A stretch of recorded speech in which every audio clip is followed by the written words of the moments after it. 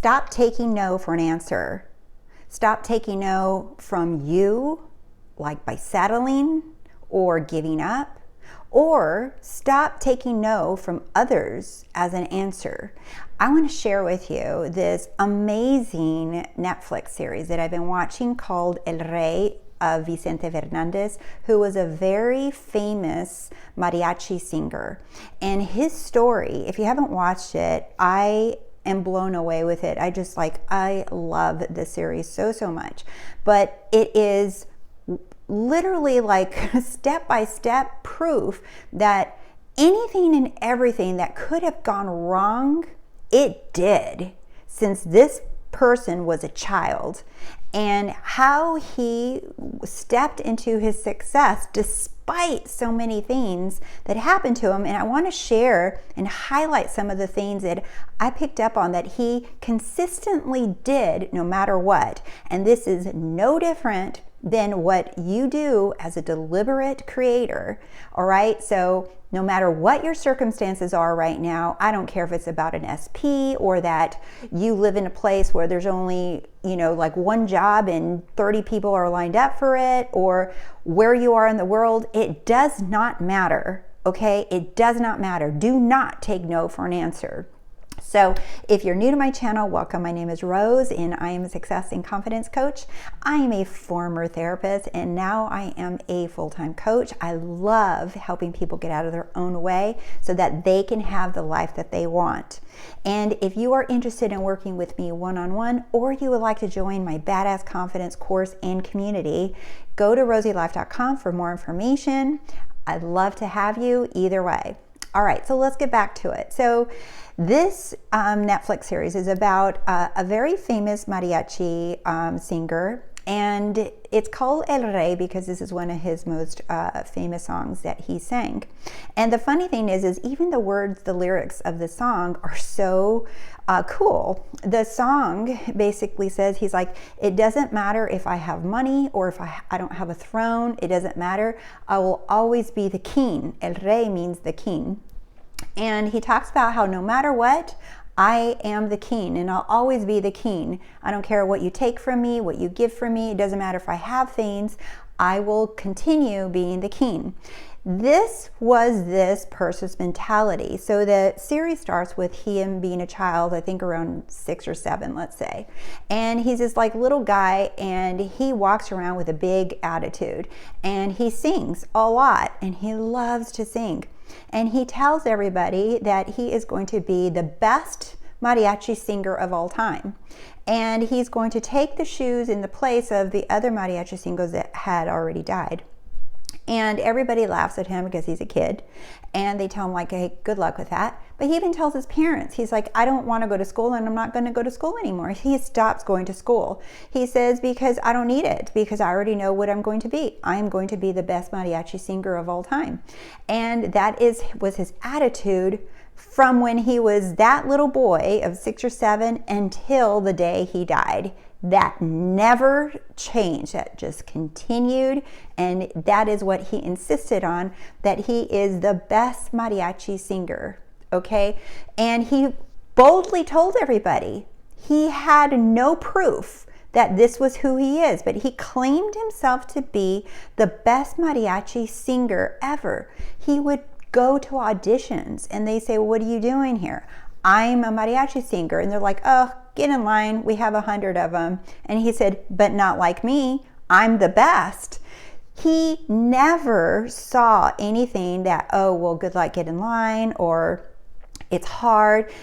This person was born in poverty. And not only was born in poverty in Mexico, but also was born to an alcoholic father.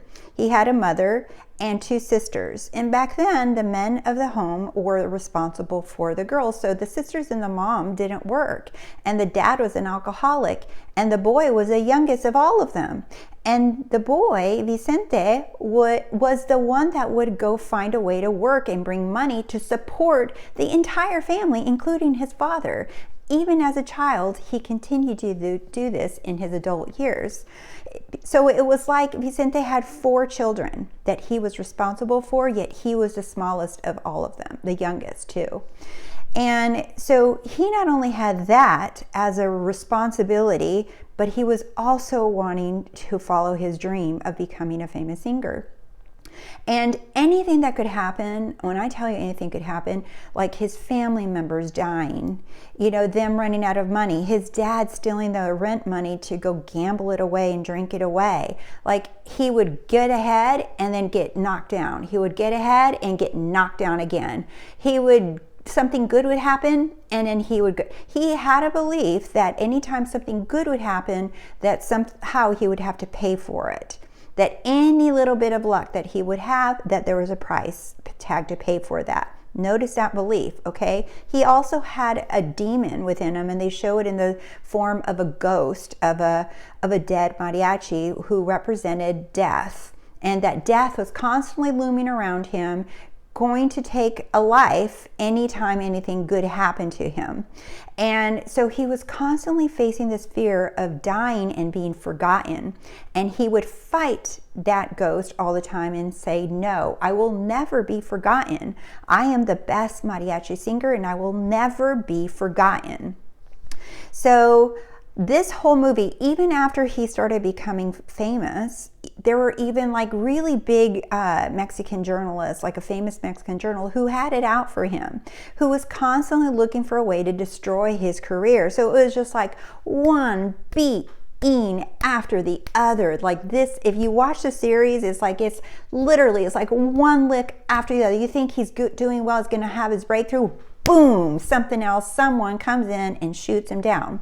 Why? Because he had this belief that he had to work really hard. This was one of them. And that anytime good things happened to him, that somehow he would have to pay for it. So he was in a constant tennis match. However, despite all of those beliefs, he still walked around, pushed through the doors, and said, I am the best singer and nothing to no one. There was no plan B. They would tell him, you need to go back and milk cows on your farm. You need to go, you can do something else. Maybe go try making movies, which he actually ended up being very successful with too.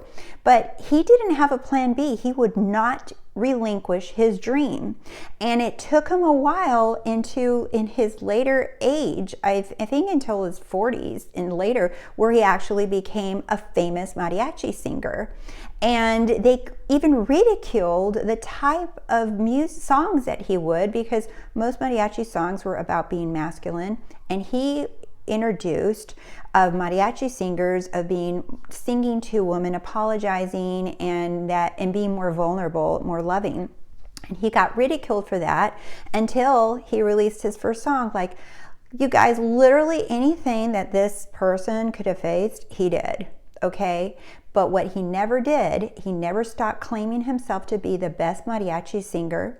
That was one. 2, anytime anyone would say to him, I know you want to do this, and he would correct them, and he said, no, I will do this. I am the best mariachi singer. I will do this. Also, anytime there was like a roadblock, someone would try to push him down and take his status down or try to dig him through the mud, he would find a solution. He constantly was in solution mode. No matter how horrible the circumstances were, he immediately jumped to solution. He would sit there, react, and say, damn, get angry, but his mind instantly would move into a solution mode. How can I fix this? How can I turn this around? Or he would spin things around in his favor, like maybe a positive thought or those kind of things. And in the end, this person ended up selling more than 50 million copies of his music. He was he was the number 1 hit for 61 hits in Mexican regional music. He has a Hollywood star of fame on Hollywood Boulevard. He made 30 movies that he starred and mostly produced a lot of them. So he is still considered to be one of the best mariachi singers of all time. He passed away now, but his music still is in the top genre of that music with even him passing. So I absolutely love this story, and I wanted to share it with you because there's so many people that want to talk about their circumstances and that this is hard and that is hard, and that, oh, because of where they live and that no one else has it, no one else has money where they live, or they live in a very poor country, or because of some limitation, or because somebody said something to them, or this person, it doesn't matter. Circumstances do not matter. The only person that can shut you down is yourself. No one can say no to you except for you. No one can reject you. No one can get in your way. You are the only person that gets to decide if you proceed or if you stop.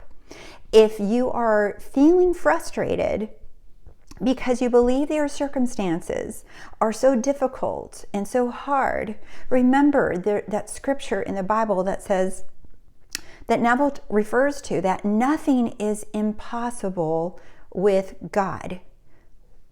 Really pay attention to that though. Nothing is impossible with God. With God. It feels impossible if you're trying to do things on your own, alone, okay? It feels impossible because you're still thinking of yourself as small. You're still thinking of yourself as this human body. But when you remember that you are one with God, nothing is impossible. And you will feel, and you can feel that instant relief right now of remembering that you are one with God. You are not separate. You are not just this body here in this 3D world. No. You are just here playing a game in this playground called 3D. And in my group, in the Badass Confidence group, I was just talking about how you can look at yourself as the mama or papa bear of the 3D, and the 3D is just your little puppy. Okay, that the puppy follows you around and it does whatever mama or papa bear says or wants or thinks or focuses on. The 3D is just your little puppy and it is following you around. As long as you're noticing that you are one with God. If you see yourself as just you, then it's going to feel hard. It's going to feel like you're struggling. It's going to feel like circumstances are huge and you just want to give up. I have worked with many artists, musicians, and artists, and different kind of genres of art.